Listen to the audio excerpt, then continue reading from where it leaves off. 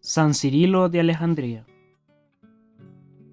Poco conocemos sobre la vida y juventud de Cirilo, solo que era sobrino del obispo de Alejandría y que probablemente fue él quien encaminó por el buen camino al santo. En el año 412 es elegido como obispo de Alejandría. Con el tiempo, Cirilo se hizo conocido por estar en contra de Nestorio, quien decía que María no tenía maternidad divina. Nestorio era el obispo de Constantinopla. Por tener este alto cargo, muchos fieles siguieron sus enseñanzas erróneas. Así como San Atanasio luchó contra el arrianismo, así luchó Cirilo contra las enseñanzas de Nestorio. Estas enseñanzas confundían más a la gente, ya que afirmaban también que habían dos Jesús y que estaban dentro de una misma persona. Nestorio explicaba que Jesús Dios es uno y Jesús hombre es otro, que ambos habitaban un solo cuerpo, que uno era hijo de José y el otro fue encarnado en ese cuerpo, que quien murió en la cruz era Jesús hombre. Debido a todo esto es que decía que María no tenía maternidad divina, sino que solo era madre de Jesús hombre. De manera pacífica y mediante el diálogo fue que Cirilo intentó hacer entrar en razón a Nestorio. Le pidió amablemente que dejara sus enseñanzas herejes y volviera al camino verdadero dentro de la iglesia. Pero Nestorio se molestó y comenzó a levantar calumnias e insultos contra el santo. Muchos otros obispos y teólogos se unieron a Cirilo, quien era el que lideraba toda la oposición contra las nuevas enseñanzas.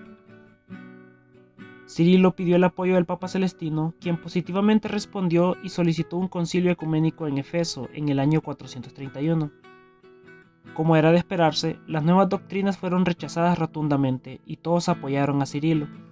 Incluso, una muchedumbre de personas lo esperaban afuera para celebrar que no se aceptó tal enseñanza. Hoy en día todavía se puede apreciar un arco triunfal en la Basílica de Santa María Mayor en Roma, que recuerda este concilio.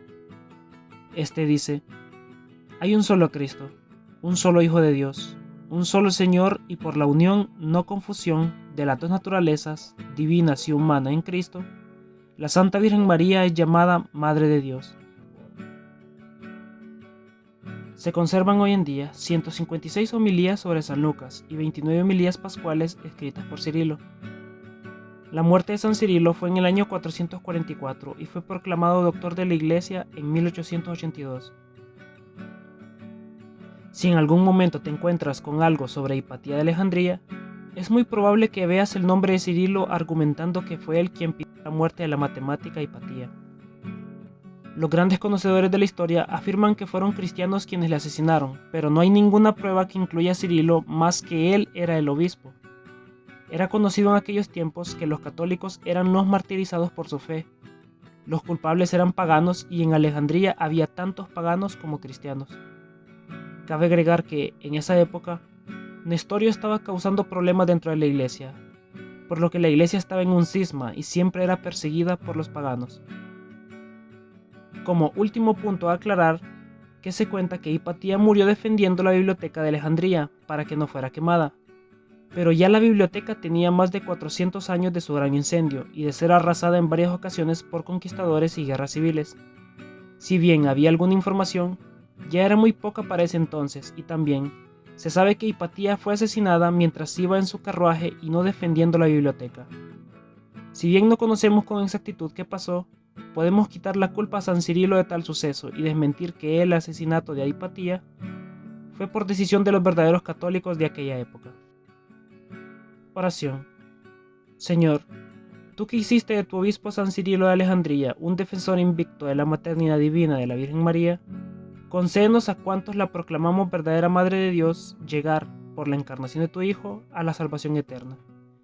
Por nuestro Señor Jesucristo, tu Hijo, que vive y reina contigo en la unidad del Espíritu Santo y es Dios por los siglos de los siglos. Amén.